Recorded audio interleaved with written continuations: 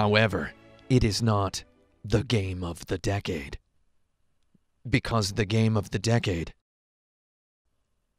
is Dark Souls. Since right around the time Dark Souls began existing, blog and video commenters began attacking critics for comparing any other game to Dark Souls. The urge to compare a game to Dark Souls lurks primal at the heart of any video game aficionado. To explain simply, Dark Souls contains modernized defamiliarizations of many molecular and atomic essences of video game design theory. Dark Souls' design stretches shadowy tentacles back into the past, infecting our memories of the old times.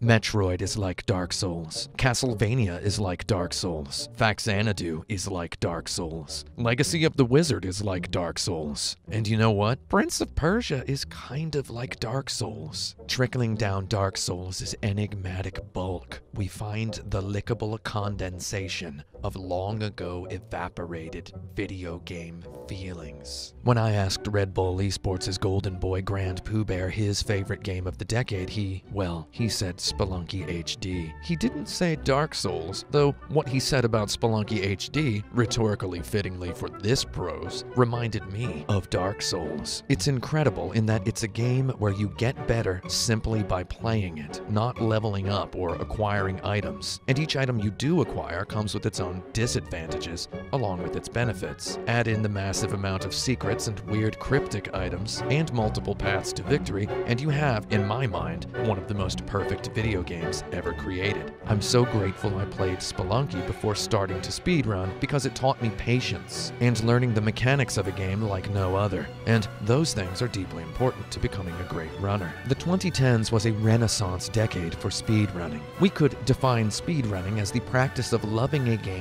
so much you decide to learn everything about it, which includes every possible way to play it, every possible way to navigate its spaces. What Grand Pooh Bear says about Spelunky, I say about Dark Souls, except for the part about it making me a great runner.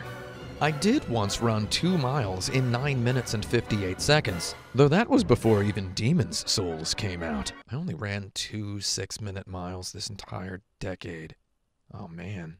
When I asked Getting Over It with Bennett Foddy creator Bennett Foddy to tell me about his game of the decade, he had this to say, literally, about Dark Souls. I can't think of another game this decade that caused such a huge and sudden shift in the tastes of game designers worldwide. Out of nowhere, suddenly every game became interested in async multiplayer. Suddenly, every game was steeped in lightly revealed mystery instead of overt lore. Suddenly, every game was indifferent to the player and only lightly tutorialized. That didn't happen because Dark Souls was a huge commercial success. It was a pretty slow burn. It happened because designers were captivated with the game's radical design. We've all heard of game design teams having a Dark Souls mention jar that's something like a swear jar. I'd believe this because people hate when you mention Dark Souls when you're playing any game that's not Dark Souls. I have seen idiots in my stream chat getting actually angry because I mentioned Dark Souls while playing a game that was not Dark Souls. It was Code Vein, which is pretty close to Dark Souls, man. So,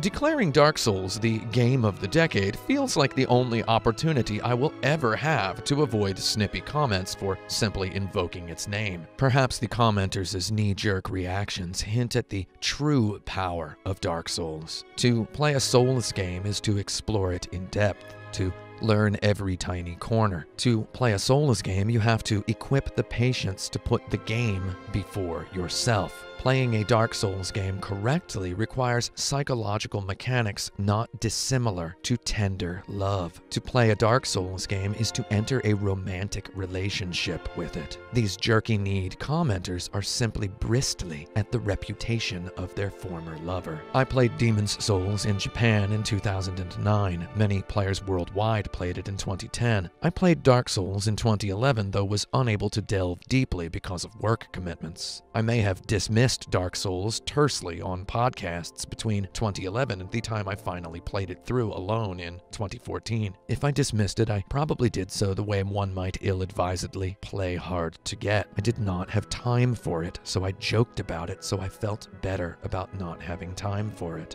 I came all the way back around on Dark Souls 5 years ago, and I've stayed there. I've played every FromSoft game since. Each adds a new nuance to the harrowing intimacy of the game's formulas, yet Dark Souls, a pure revision of its contractually unrelated immediate predecessor, stands colossus tall as an archetype. I declared the original Gears of War the game of the 2000s. Many mocked my prophetic proclamations, though thinking back on them today, I feel pretty good. I had said that we would feel Gears of War's legacy in renewed heft and slowness in AAA video games. I said we would see new blossoming in linear level design and increased emphasis on encounter design. I said we would see an avalanche of more games built on engines whose names all players knew. Now here in 2019, we've seen the likes of God of War, Red Dead Redemption 2, Death Stranding, and The Last of Us. The most popular game on Earth, Fortnite, uses Unreal Engine 4, an engine whose development was pretty much indirectly paid for by sales of Gears of War, which showcased Unreal Engine 3. I might not have been 100% right, though you've got to admit, I was pretty close. Here at the end of 2019, we have Star Wars Jedi Fallen Order, the first game that even internet commenters don't seem afraid of saying is like Dark Souls. I mean, it really is. It's like kindergarten Dark Souls. Thus, I speak my predictive dream for the 2020s. We will have more AAA single-player games with asynchronous multiplayer. We'll see intimacy continue to seep back into level design. It took nearly 10 years between Demon's Souls and Jedi Fallen Order, though now that we're here, soon everything will be so exactly like Dark Souls. Even Zelda. What will the game of the 2020s be? Will it be Cyberpunk 2077, or will it be the Final Fantasy VII Remake? I'm sure of exactly two things here in December of 2019. One is that there is no way all of the parts of the Final Fantasy VII Remake will be released before the end of 2029. The other is that I definitely will not be making another Games of the Decade YouTube video. In 10 years, I will either be 50 years old or I will be dead. And while I'm pretty sure that the next decade will find ample use for the video game critical opinions of a 50-year-old person, I feel strongly that that person will not be me. At any rate, let's not worry about that for the moment. That's at most 10 whole years from now. For today, we need to only focus on one thing, that I was born stupid. However, I will not die hungry. Video games forever, Kotaku.com.